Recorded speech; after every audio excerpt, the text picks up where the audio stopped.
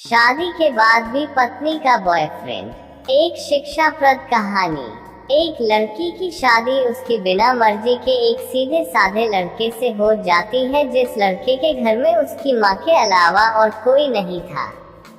दहेज में लड़के को बहुत सारा सामान और पैसे भी मिले थे, लेकिन लड़की किसी और लड़के से बेहद प्यार करती थी।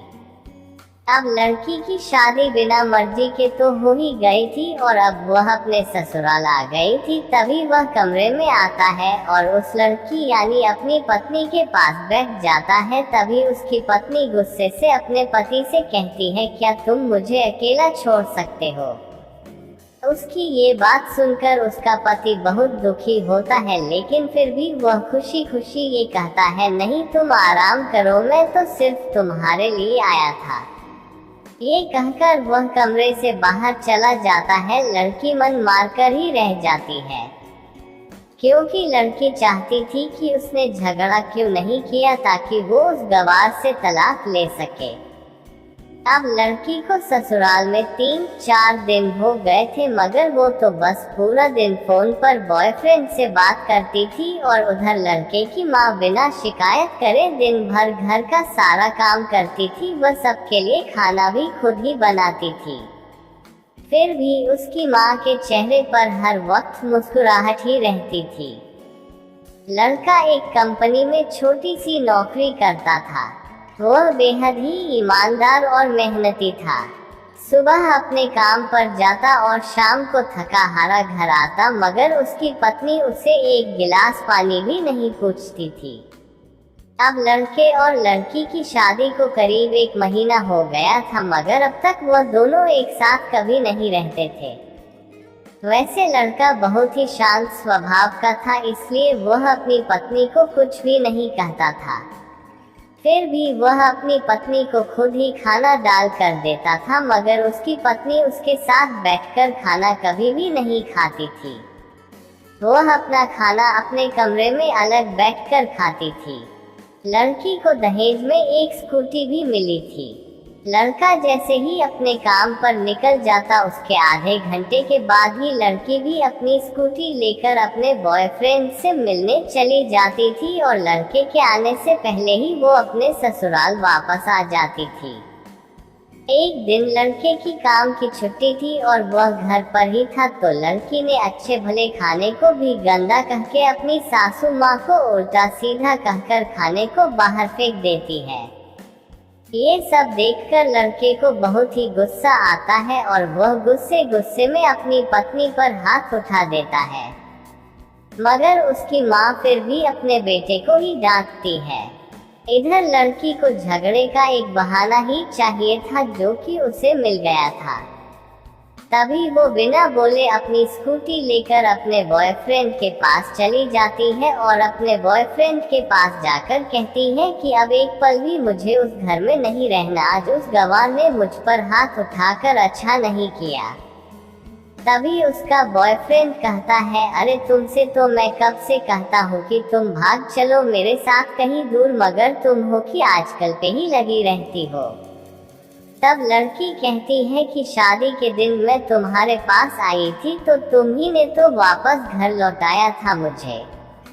बॉयफ्रेंड ने कहा, खाली हाथ हम दोनों कहाँ तक भागेंगे, तुम ही बोलो। मैंने तुमसे कहा था कि कुछ पैसे और गहने साथ ले लो और तुम हो कि खाली हाथ ही मेरे पास आ गई थी। आखिर दूर एक नई जगह में जिंदगी की शुरुआत करने के लिए पैसे तो चाहिए ना। और हाँ एक बात और, जब भी मैं तुम्हारे पास आता हूँ और तुम्हें छूना चाहता हूँ तभी तुम्हारे नखरे हो जाते हैं और बस यही कहती रहती हो कि ये प्यार प्रेम शादी के बाद ही होगा। तभी लड़की गुस्सा होकर कहती है, हाँ शादी के बाद ही अच्छा होता है ये सब, और मैं तुम्हारी ही तो हूँ। मैं आज भी एक कुंवारी लड़की हूँ और शादी करके भी आज तक उस गवार के साथ एक रात भी नहीं सोई मैं, क्योंकि मैंने तुमसे ही प्यार किया है और अब मैं चाहती हूँ कि तुम मुझसे शादी करके मेरी मांग में अपने हाथ से सिंदूर भर दो। फिर मैं पूरी ही तुम्हारी हो जाऊंगी और फिर तुम मुझे अपनी मर्जी से दिन रात प्यार कर सकते हो। तब उसका बॉयफ्रेंड कहता है तो ठीक है, मैं तुमसे शादी कर लूंगा, मगर तुम कम से कम 5 लाख रुपयों का कल शाम तक इंतजाम कर लेना। मैं तुम्हें एक होटल का पता दे रहा हूँ, तुम उस होटल में रात को 10 बजे तक पहुँच जाना। लड़की कहती है उस गंवार के पास कहाँ होगा पैसा, बल्कि मेरे पापा ने उसे दहेज में 3 लाख रुपए और मुझे कुछ सोने के गहने दिए थे। गहने तो मेरे पास है, मगर सारे पैसे उस गंवार ने अलमारी में लॉक कर रखे हैं। मगर मैं जैसे तैसे अलमारी की चाबी लेकर सारे पैसे निकाल कर तुम्हारे पास हमेशा हमेशा के लिए आ जाऊंगी। ये कहकर वह लड़की अपने ससुराल पहुंचती है। लड़की ससुराल पहुंचकर अपने पति और सास से लड़ाई करती है और वो उन पर खूब चिल्लाती है, मगर अफसोस वो अकेली ही चिल्लाती रहती है। उसका पति और उसकी सास बिल्कुल शांत रहते हैं। तभी लड़की अपने कमरे में चली जाती है और अचानक उसके बॉयफ्रेंड का लड़की के फोन पर मैसेज आता है कि कब आ रही हो पैसे लेकर। लड़की मैसेज का जवाब देती है, सब्र करो, मैं वक्त पर आ जाऊंगी। तब उसका पति दरवाजा खटखटाता है और अपनी पत्नी से कहता है कि खाना खा लो। तभी पत्नी कहती है, मैं खाना तभी खाऊंगी, पहले मुझे अलमारी की चाबी दे दो।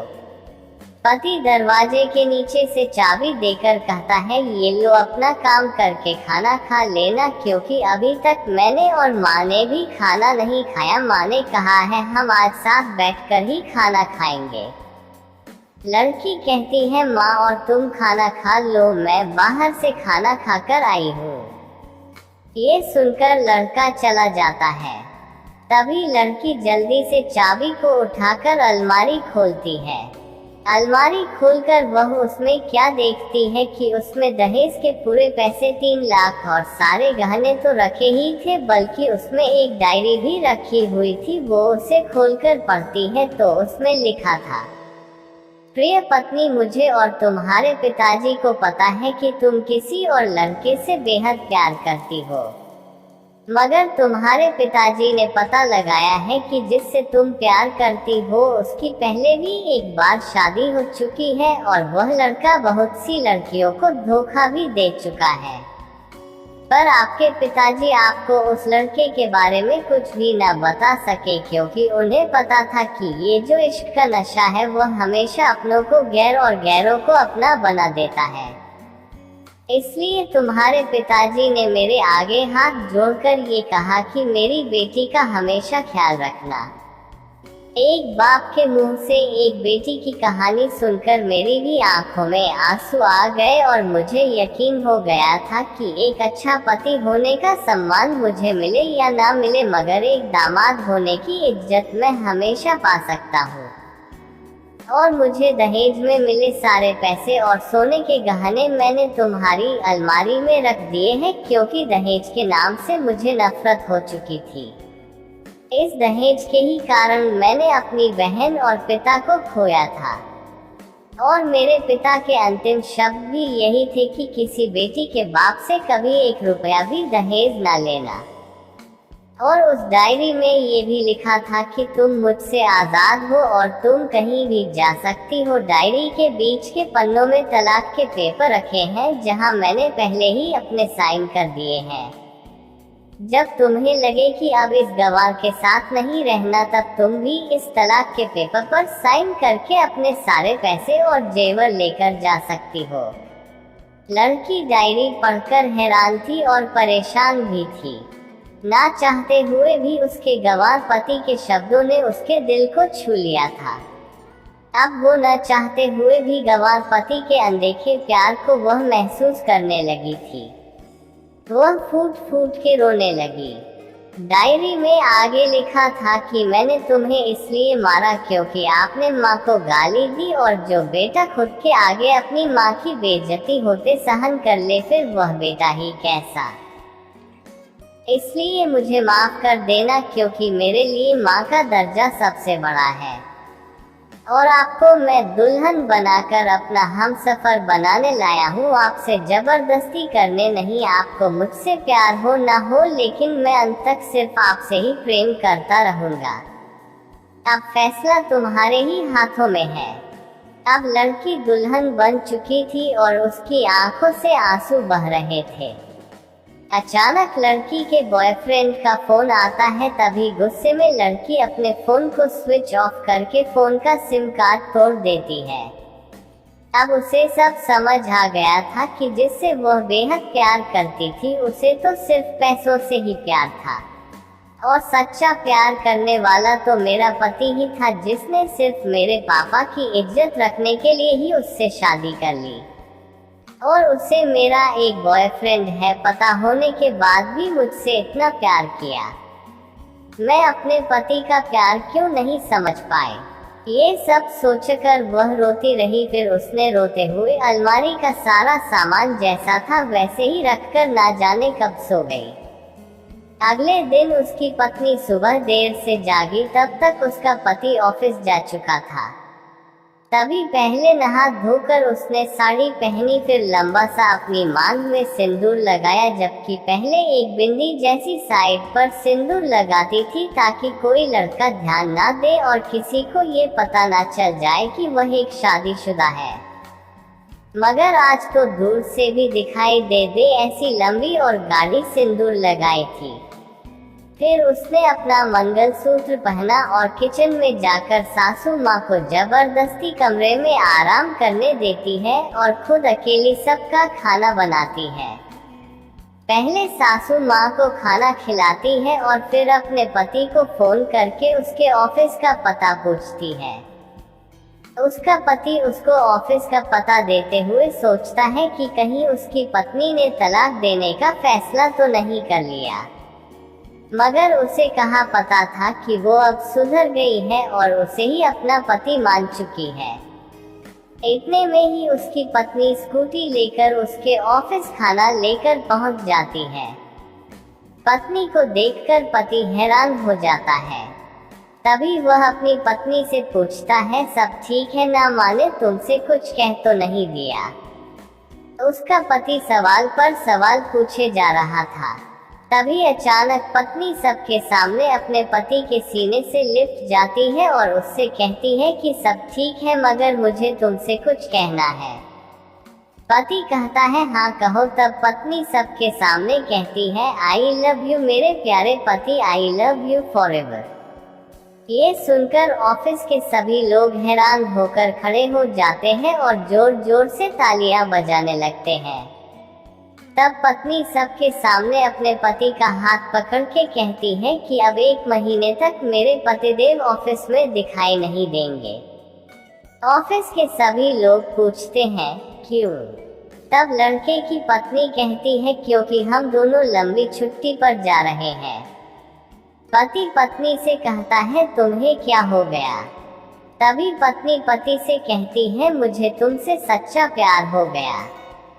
ये कहकर वह उसके सीने से दोबारा इस तरह लिपट जाती है जहां से वो अपने गंवार पति से कभी भी जुदा ना हो पाए।